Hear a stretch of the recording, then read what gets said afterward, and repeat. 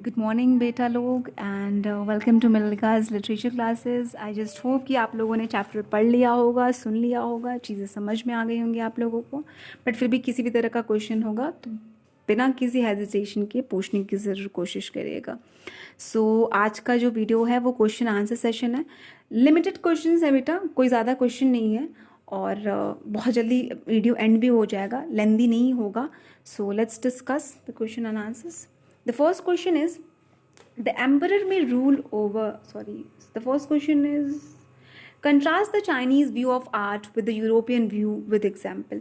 अब आप बताइए मुझे, अब सोचिएगा मन में वीडियो को पॉज करके कि मैम ने क्या बताया था यूरोपियन पेंटिंग के बारे में और चाइनीज़ पेंटिंग के बारे में. Chinese paintings are based on imaginating, या आप कह सकते हो कि इनर और स्पिरिचुअल अप्रोच को डिफाइन करता है, स्पिरिट्स के बारे में बताता है आपको. यू शुड गो या you should enter into the minds of painter, आप समझ सकते हो तभी चाइनीज़ पेंटिंग को. वेयर एज अगर हम यूरोपियन पेंटिंग की बात करें तो वो एग्जैक्टली क्या रिप्रोड्यूस करने की कोशिश करते हैं, एक्चुअल व्यू, बिल्कुल एक्चुअल व्यू, ऐसा लगेगा कि रियल ऑब्जेक्ट है. सो पहला जो है वो अगर डीप मीनिंग की बात करता है तो दूसरा जो है वो सॉफिस्ट मीनिंग की बात करता है. जैसे कि पेंटिंग जो है वुडाउजी की, वो कैसी थी, वो इलस्ट्रेट क्या करती थी चाइनीज़ पेंटिंग को, जहाँ पर वो let me show the way वो करते थे. एंड यूरोपियन पेंटिंग कौन सा था, आप दोनों में से कोई भी एग्जाम्पल दे सकते हो. ड्रैगन वाला भी एग्जाम्पल दे सकते हो और क्विंटन वाला भी एग्जाम्पल दे सकते हो, जहाँ पे उसने फ्लाई बनाया था एंड इस तरह चीज़ें. तो एग्जाम्पल्स मतलब कि दोनों में से एक एक एग्जाम्पल दे देना, चाइनीज़ का दे देना एक और एक यूरोपियन का दे देना, एंड दोनों का डिफरेंस बता देना जो मैंने बताया आप लोगों को चाइनीज़ पेंटिंग में और यूरोपियन पेंटिंग में. दूसरा क्या है, explain the concept of shanshui. किस तरह से एक्सप्लेन करोगे भाई शानशुई की meaning. Mountain and water, shanshui means क्या होता है, माउंटेन एंड वाटर होता है. एंड ये क्या किस तरह की क्या डिफाइन करता है, माउंटेन एंड वाटर मिलकर क्या करता है, लैंडस्केप को करते हैं, ठीक है ना, लैंडस्केप को क्रिएट करते हैं. जैसे ही माउंटेन एंड वाटर को आप साथ में देखते हो, आप क्या करते हो कि ब्यूटीफुल लैंडस्केप. और आप शानशुई में आप यिन एंड यांग का आप बता देना जो दाओइस्ट व्यू में आता है. आप दाओइज्म लिखोगे भी नहीं तो पर भी चलेगा, आप शानशुई में आप ये यिन एंड यांग का कॉन्सेप्ट ले सकते हो, क्योंकि माउंटेन एंड वाटर मतलब माउंटेन मतलब यांग एंड वाटर मतलब यिन, एंड दोनों मिलके प्लस मिडिल वर्ड क्रिएट करते हैं शानशुई की थ्योरी को. या आई थिंक ना, देखिए दाओइज्म का शानशुई जो है ना वो दाओइज्म का ही पार्ट है. शानशुई यहाँ पर वाटर एंड माउंटेन, एंड दाओइज्म क्या हो जाता है, बस मिडिल वर्ड को ऐड कर देता है, तो पूरी फिलॉसफी जो होती है वो कंप्लीट हो जाती है. ओके, नेक्स्ट है आप लोगों का बेटा, what do you understand by the terms outsiders art and art brute और रॉ आर्ट. क्या समझते हो यार इस चीज़ से. तो आपकी बुक में ही इतनी क्लियर मीनिंग लिखी गई है यार, मतलब उन लोगों को रेफर करते हैं, दोज पर्सन ना who have no right to be artist as they have received no formal training. जैसे कि मैंने आपको बताया कि उनके पास कोई डिग्री नहीं होती है, येट शो टैलेंट, एटलीस्ट फिर भी उनके पास एक टैलेंट होता है और एक आर्टिस्टिक इंसाइट होता है. एंड ऐसे लोग जब आर्ट को बनाते हैं तो वो किस कैटेगरी में आता है, आर्ट ब्रूट या रॉ आर्ट या आउटसाइडर्स आर्ट, कुछ भी कह लो, ठीक है. ओके, नेक्स्ट है आप लोगों का, द एम्परर में rule over the who was the untutored genius who created a paradise. No doubt यार, Nekchand. And what is the nature of his contribution to art, एंड किस तरह का उन्होंने कंट्रीब्यूशन दिया था यार, क्या कंट्रीब्यूट किया था उन्होंने, बताइए, सोचिए क्या कंट्रीब्यूट किया था. सबसे पहले स्टार्ट कैसे करेंगे, the untutored genius who created paradise was none other than Nekchand, and 80-year old creator director who made the world famous. किस तरह से फेमस किया था यार, rock garden at Chandigarh. He was an outsider art in which he sculpted with stone and recycle material. उन्होंने represent कैसे किया था, वो ट्रेंड कोई पेंटर या आर्टिस्ट तो थे नहीं. तो जो नेक्स्ट जो पार्ट है क्वेश्चन का, नेक्स्ट पार्ट जो है जिसमें पूछ रहा है कि what is the nature of his contribution to art, उन्होंने क्या कंट्रीब्यूट किया था, उन्होंने अपना जो आर्ट बनाया था वो किस तरह से बनाया था, जो रिसाइकिल जो चीज़ें होती हैं ना, जो खराब कबाड़ होते हैं, उसको रिसाइकिल करके उसको सही पेस में लाकर, शेप में लाकर, उन्होंने उसको उसी सारे तमाम चीज़ों को, पत्थरों को और जो भी चीज़ें पड़ी रहती हैं, बहुत सारी चीज़ें जंगल से उन्होंने एक्सट्रैक्ट की थी एंड उसी चीज़ों को मिलाकर उन्होंने बनाया था वो rock garden. And he was any thing, मतलब एनी थिंग वो यूज़ कर रहे थे यार, टिन टू सिंक, ब्रोकन और किसी भी तरह की चीज़ें। And this is the reason that कि उनका कंट्रीब्यूशन जो था वो आर्ट ग्रोथ में था। नेक्स्ट है बेटा, द एम्परर में rule over the territory he has conquered but only the artist knows the ways within. जैसे कि मैंने आपको बताया था ना कि the sentence explain the fact that even though an emperor might rule an entire kingdom and have power over his conquered territory, है होता है ना कि चाहे वो कितना भी बड़ा किंगडम हो, वो रूल कर सकता है, वहाँ के लोगों पे रूल कर सकता है, but only an artist would be able to go beyond any materialistic appearance. Only an artist, materialism के बाहर सिर्फ वही लोग जा सकते हैं जो इम्पोर्टेंस समझते हैं आर्ट का। Art is the voice of God.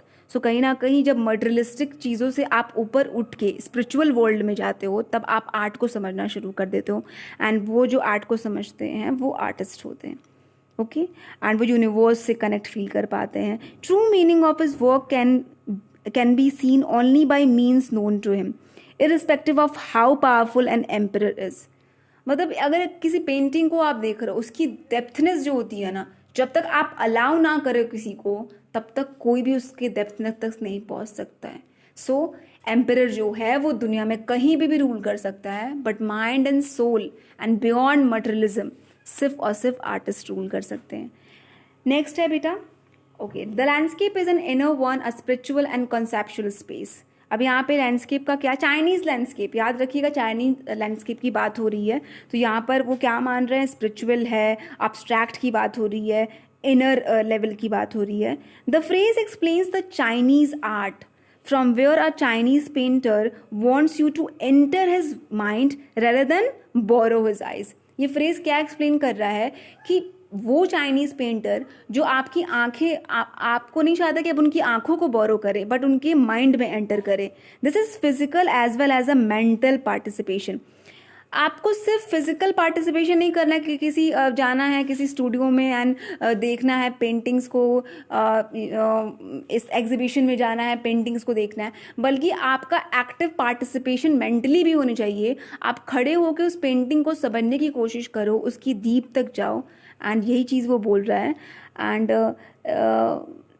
बस आप ज़्यादा एक्सप्लेन मत करना, ज़्यादा डीप लेवल में तो मत जाना, बस इतना है कि ये जो एक्सप्लेन कर रहा है सेंटेंस, वो ये एक्सप्लेन क्यों कर रहा है, क्योंकि जो लैंडस्केप है हम बोरो नहीं करेंगे आई को, माइंड के अंदर जाएंगे एंड तभी हम उसके स्पिरिचुअल एंड उसके एब्स्ट्रैक्ट को, उसके इमोशंस को समझ सकते हैं। अदरवाइज जो लैंडस्केप होगा उसको हम समझ नहीं पाएंगे।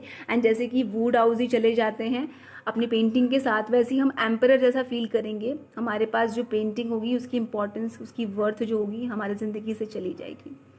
नेक्स्ट है बेटा, find out the correlates of yin and yang in other cultures. मुझे ज़्यादा तो नहीं पता बेटा कि विमेन एंड मैन वाला जो कॉन्सेप्ट होता है, बट बेसिकली मैं इंडिया से बिलोंग करती हूँ एंड यहाँ पे जो कल्चर है हमारा मिक्स कल्चर है, that is the beauty of our India, कि बहुत सारे रिलीजन को मिक्स करके हम कहते हैं ना कि यूनिटी इन डाइवर्सिटी वाला जो कॉन्सेप्ट है, तो वो चीज़ है।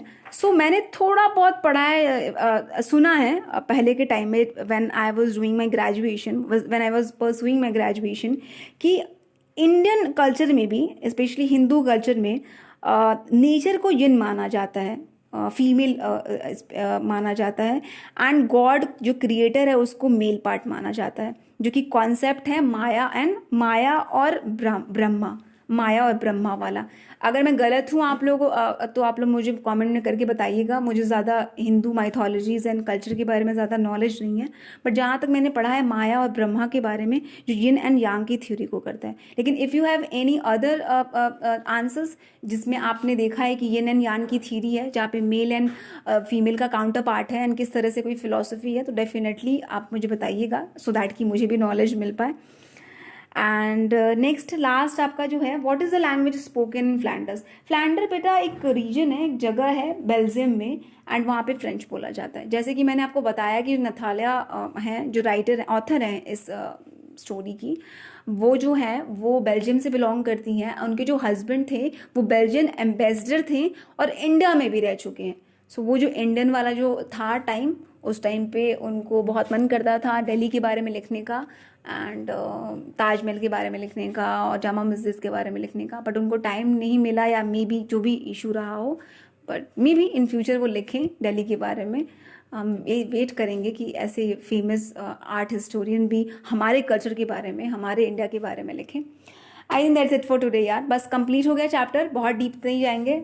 और कुछ अगर प्रॉब्लम होगी, कुछ दिक्कत आएगी आप लोगों को, तो please please please please question पूछिए मेरे से, तभी मैं आपको आंसर दे पाऊँगी। एंड आई होप कि कुछ मेरे स्कूल्स के बच्चे भी होंगे, तो आप डायरेक्टली मुझे कॉल कर लेना एंड पूछ लेना कि कुछ समझ में नहीं आएगा तो आप लोगों को। 10th वाले जो पास हुए हैं, अब पढ़ना है आप लोगों को भी। ऐसा नहीं है कि आई नो कि 11th जो होता है वो पवेलियन में जाने जैसा होता है कि आपको मेन फील्ड में प्ले नहीं करना है। बोर्ड्स वाला वो फीलिंग आता है जब आपको मेन फील्ड में जाकर पूरी जिम्मेदारी आप पे होती है कि जिताना है आपको। बट पवेलियन में वही बैठे रहते हैं, सिर्फ खाली फोकट नहीं बैठे रहते हैं, वो भी प्रैक्टिस करते रहते हैं क्योंकि कभी भी उनको फील्ड में जाना पड़ सकता है। सो आपको भी एग्ज़ाम्स देने हैं, बोर्ड्स देने हैं 12th में। सो प्रिपेयर योर सेल्फ फ्यूचर के लिए।